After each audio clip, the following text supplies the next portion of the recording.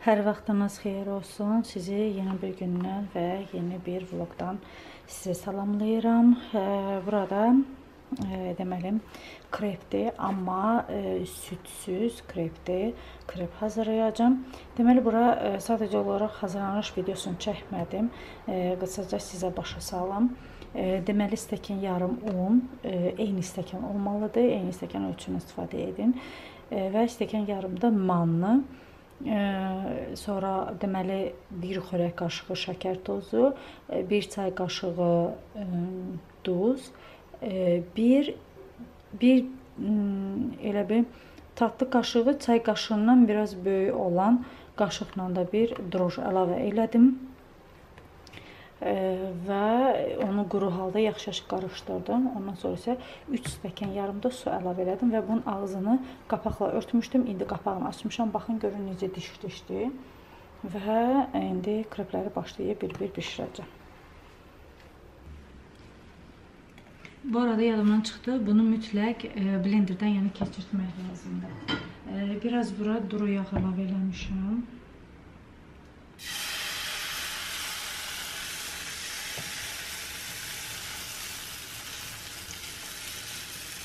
Özellikle biraz artıq əlavə eləmişəm. Bu ilkidir, mən yağını çox əlavə eləmişəm. Gərək yağını az əlavə edərdim. Bu indi tamamilə sapsarı rəngi olana kimi, yəni bu bütün olana kimi, yəni bu bişəcək. Bax, bu birincisidir, heç də yəni qırılması falan yoxdur, az qala əlimdən salmışdım. Baxın belə, sadəcə mən altıda qızardı və üstü də belə qızarıb. Məndə meyvə suyu var, üzərinə töküb yiyəcəm indi. Amma birinci dediyi yağını çox tökmüşəm və çox canlı yağı çəkir. Baxın, burada isə tavada demək olar ki, yəni yağ yoxdur, belə göstərir. Bu isə ikincisi də görək.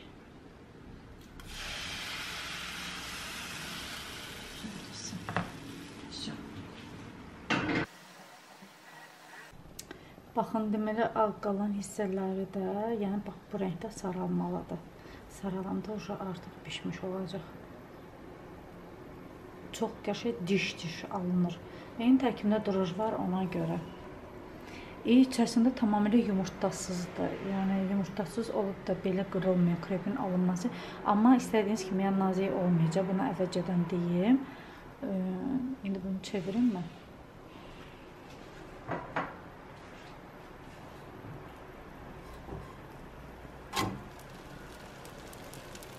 Belə.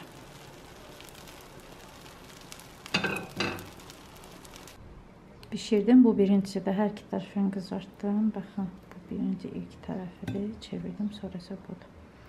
Belə. Yəni, mən birinci dəfə belə reseptdə yəni rast gəlirəm ki, yumurtasız və südsüz. Üzərinə də nə istəsəz yəni çəkib yeyə bilərsiniz. Zavtırqda mənə elə gəlir arasına hər şey qoymaq olar. Kalbasıdan tutmuş hər şey. Yəni kim baxır necə yeyir. İndi bir-bir hamısını pişirim. Sonra sonda sizə hamısını göstərəcəm.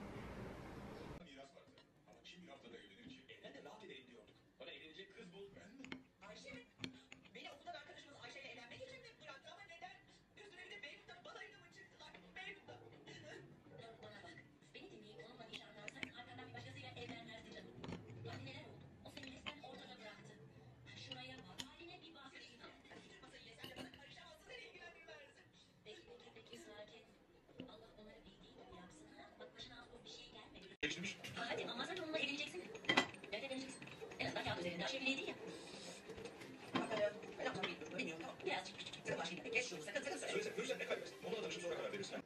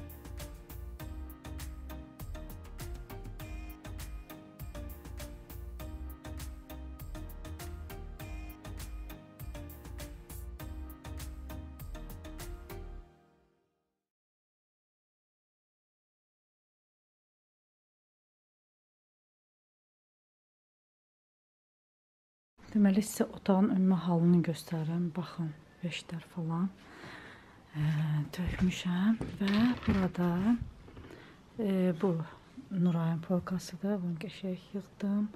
Bu isə Ahmedin polkası. Bunu da yığdım. Eyni anda öz polkamı da sartrovka elədim. Bütün qış paltarlarını yığışdırdım.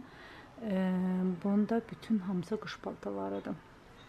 İpiyolsa ki, mən yorğanları falan yumuşam. Orada da yük palazı falan yığmışam. Ora qəşəng yığacam və tam səliqəli olsun deyə. Doğuspalni yorğanı da bugün yumuşam. O birisiləri əvvəlcədən yumuşdum, qurusun və hazır olandan sonra oraya yığacam. Əslində şkafın üstünə nəsə viş yığma heç sevmirəm. Yəni bu heç sevmədiyim bir şeydir. Yəni lazım olsa hamısını ləğv edərdim, amma yenə də. Bu isə kravatın üstü bugünüdür. Buradakı paltarlar, buradakı hamısı balaca, Nurayın balacalı paltarlardır. Bu isə Ahmedin şortiklərdir, balacadır. Buna fikir verməyin. Bu pastel üzləridir, yumuşam. Deməli, bunları ütüləyib götürəcəm. Bu kurtkanı da yumuşam. Bunu da indi birazdan yığışdıracam. İndi isə sizə əsas məsələ kravatın altını qaldırmışam. Deməli, bütün qış kurtkalarının hamısını bir-bir yuyub, sadəcə olaraq vakumlu klüklar olur. İndi onları çıxardacam, altdadır. Onun içərisini yığacam və vakumlayacam. Və bəzilərində çəmədanımı gətirmişəm, bu yeri çəmədanı və bəzilərində çəmədanın içərisini yığacam. Çünki burada artıq yer yoxdur. Bəzi şeyləri buraya yığmışıq. Hətta burada yəni bu hissələrdə yəni kitab falan da var. Onları da sartrovka edəcəm. Belə, yəni bunun təsəvvür edin ki, kravat bağlanmış. Çünki o qədər çoxdur ki. Çünki yuyub bir də hamısını yuya bilmədim və hissə yumuşam. Ona görə də belə yığmışam. Və bəzi qış paltarları da var burada. Onları da yuyub belə yığmışam. İndi onları yığışdıracam.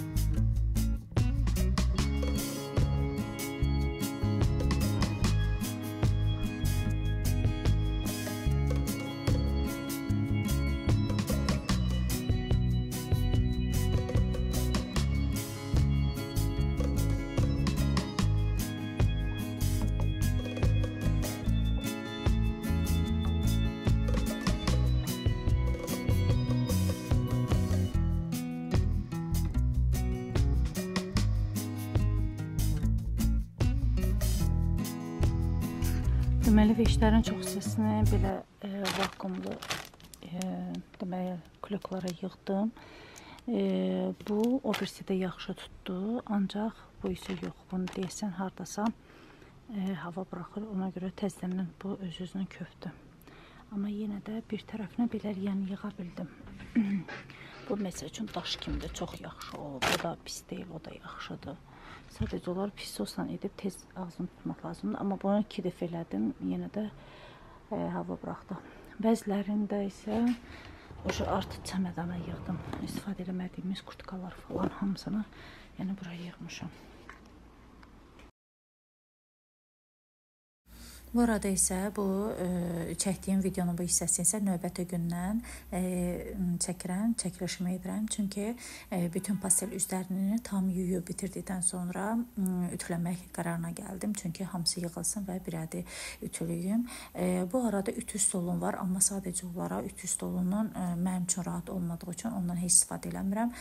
Stolun üzərində isə rahat, yəni adyal var ki, onu salı və üzərindən ütümü də ütülüyürəm. Ancaq həmin radialı ütü üçün istifadə edirəm. Və birinci uşaqların məktəb formalarını başlayıram. Məktəbin son günləridir artıq. Sadəcə qızım gedəcəkdi. Elə oğlum üçün də ütülədim, hazır qoydum. Dedim birdən bəlkə məktəbə gedər. Və bütün ütü işlərimi də elə burada bitirirəm. Əgər hələ də kanalıma abunə deyilsinizsə, sizdən abunə olmağı xahiş edirəm və yeni videolar çəkir və paylaşmaq üçün də motivasiya olar. Və bütün sadəcə olaraq ütü prosesinin hamısını çəkmədim. Çünki çox uzun anlatıcıdır. Elə videonu burada sonlandırım. Bura qədər izlədiyiniz üçün sizə təşəkkürümü bildirirəm. Sağ olun, sağlıqla qalın.